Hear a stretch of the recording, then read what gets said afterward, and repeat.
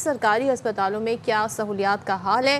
कराची का बड़ा सरकारी अस्पताल है जिन्ना अस्पताल। इस वक्त वहाँ पर शदीद हम देख रहे हैं कि इंतज़ामी और माली बहरान है और 2400 बेड्स पर मुश्तमिल इस बड़े अस्पताल में अफरादी क़ुव्वत की संगीन किल्लत पाई जाती है, जिसके बायस यहाँ पर जो तिब्बी निज़ाम है इसमें संगीन खामियाँ हो रही हैं। अब सिंध, बलूचिस्तान, जनूबी पंजाब से बड़ी तादाद में मरीज़ इलाज के लिए यहाँ का रुख करते हैं, लेकिन सूरत हाल ये है। तो अनवर खान हमारे रिपोर्टर हैं, बिल्कुल जी, उनसे जान लेते हैं। अनवर, बताइएगा जिन्ना अस्पताल में अफरादी क़ुव्वत की शदीद किल्लत की असल वजह क्या है, क्यों माली बहरान का शिकार है, मरीजों के इलाज पर कितना असर पड़ा है?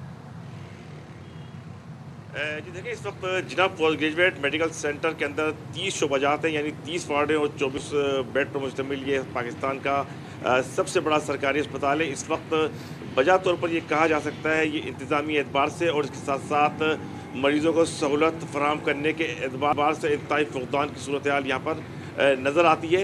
और माजी के अंदर ज़रा मुख्तसर तौर पर जाएंगे तो माजी के अंदर जो PTI की हुकूमत थी उस दौरान इसको एक हुक्मनामे के ज़रिए और एक कमेटी बनाने के ज़रिए इसको दोबारा वफाकी तहवील में लिया गया। तहवील तातुर बरकरार रहा और बिलाखिर दोबारा महकमा सेहत हुकूमत सिंध के पास है और इस वक्त यहाँ पर इंतहाई शॉर्टफॉल है। एक बात याद रखिएगा कि किसी भी टर्शरी केयर अस्पताल के अंदर पैरामेडिकल स्टाफ और नर्सिंग स्टाफ बैकबोन होते हैं और यही तमाम के तमाम अफराद मरीज़ों की देखभाल भी करते हैं। ताहम इस वक्त इंतहाई शदीद किल्लत का सामना है पैरामेडिकल स्टाफ के अंदर और नर्सिंग स्टाफ के अंदर। आप किसी भी वार्ड के अंदर चले जाएंगे तो आपको मतलूबा नर्सिंग स्टाफ और इमरजेंसी के बाहर।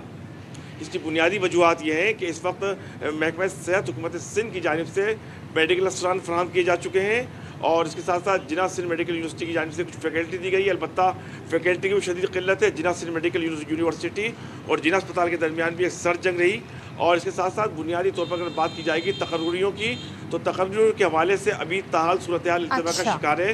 एक मरतबा महकमा सेहत हुकूमत सिंध ने इसकी इजाज़त भी दी थी, ताहम वो इजाज़त फिर तातुल का शिकार हो गई, जिसकी वजह से ये सूरत हाल दरपेश है। तो बहरहाल इस वक्त इमरजेंसी में आने वाले जो मरीज़ होते हैं वो एक वार्ड से दूसरे वार्ड अपने मरीजों को लेके जाने के ऊपर मजबूर होते हैं। कोई पैरामेडिकल स्टाफ, कोई तिब्बी अमला उनके लिए वहाँ पर मौजूद नहीं होता है। ठीक है अनवर, बहुत शुक्रिया आपका हमें सूरत बताने के लिए। इसी हवाले से हम बात कर लेते हैं। हमारे साथ मौजूद है तर्जुमान जिन्ना अस्पताल doctor Waqas Khan. Thank you so much doctor Waqas join करने के लिए। सबसे पहले तो बताइएगा कि क्या वजूहात हैं, क्या बर्डन ज़्यादा है और जैसे कुछ तकर्रियों का भी हमारे रिपोर्टर हवाला दे रहे थे वो अभी तक नहीं हुई है, क्यों अंडर स्टाफ है सरकारी अस्पताल? Thank you for inviting me. देखिए, पहले आप जिन्ना अस्पताल को समझें। जिन्ना अस्पताल क्या है? JPMC जो है वो ना सिर्फ कराची, जो कि आपको पता है कि मुल्क का दुनिया का 5वां बड़ा शहर है, सिंध और ये पूरे पाकिस्तान का एक बड़ा जो है अस्पताल माना जाता है। तो इसमें जो पेशेंट इनफ्लो है ना वो हमारे पास बहुत ज़्यादा है। हमारे पास पूरे सिंध से पेशेंट आ रहा है, बलूचिस्तान से आ रहा है, साउथ पंजाब से आ रहा है और हमारे जो गेट्स हैं वो सबके लिए ओपन है, हम किसी को मना नहीं कर सकते। तो बिल्कुल आपने बिल्कुल सही बोला कि अभी जो हमारे ह्यूमन रिसोर्स का मसला है ये बहुत जेन्युइन इशू है और अराउंड 2000 एम्प्लॉयज़ जो हैं वो हमें दरकार हैं, जो हम फेस कर रहे हैं ये इशू। तो अब क्यों माली मसाइल की क्या बुनियादी वजूहात हैं? क्यों ये जो फंड्स का इजरा है क्यों ताख़ीर का शिकार है? इसमें कुछ कोर्ट इश्यूज़ हैं, कुछ ऐसे पास में ऐसे केसेस चले हैं जिसमें कोर्ट का स्टे ऑर्डर हुआ, कॉन्ट्रैक्ट पे जॉब्स हायर किए गए लेकिन उन पर स्टे आ गया, तो वो अल्टीमेटली उन्होंने जॉब जो है वो ज्वाइन नहीं करी। जो ऑलरेडी गवर्नमेंट सर्वेंट है वो एक फ़िक्स टाइम के बाद रिटायर हो जाते हैं। एक बड़ी वजह ये बन रही है कि HR की जो है ना वो विद टाइम शॉर्टेज हो रही है। अच्छा, HR की शॉर्टेज हो रही है। लेकिन ये जो आप बर्डन कह रहे हैं ये बर्डन की वजह से है या जो आप कह रहे हैं कि स्टे ऑर्डर है, तकर्रियों में टाइम लग रहा है, बेसिक वजूहात क्या हैं? दोनों इश्यूज हैं। Burden is the main issue. आपके पास जो JPMC में इनफ्लो है पेशेंट का वो आउटस्टैंडिंग है। तो is there any plan to tackle this issue? बिल्कुल प्लान है। जैसे हमारे न्यू एग्जीक्यूटिव डायरेक्टर ने ज्वाइन किया है, डॉक्टर खालिद शेर, वो एक बहुत अच्छे एम के साथ आए हैं, बहुत अच्छी उनको टीम मिली है और इंशाल्लाह जो हमारे प्लान्स हैं विद इन 2 to 3 ईयर्स इंशाल्लाह JPMC कंप्लीट ट्रांसफॉर्म होने वाला है। इसमें जो हमारा जो सबसे अच्छा जो हमारा एम है वो हम लोग मेडिकल कॉम्प्लेक्स बनाना चाह रहे हैं, बिल्कुल सर्जिकल कॉम्प्लेक्स जैसा, जिसमें हम तमाम जो हमारे मेडिकल वार्ड्स हैं वो शिफ्ट कर देंगे। जिसमें हमारे पास अभी 4 वार्ड हैं मेडिसिन के, तो वो चारों शिफ्ट हो जाएंगे उसमें। फिर हमारी जो स्पेशलिस्ट क्लिनिक है, एंड्रोक्राइनोलॉजी और डायबिटीज़ की क्लिनिक्स हैं, ये सारी उसमें शिफ्ट हो जाएंगी।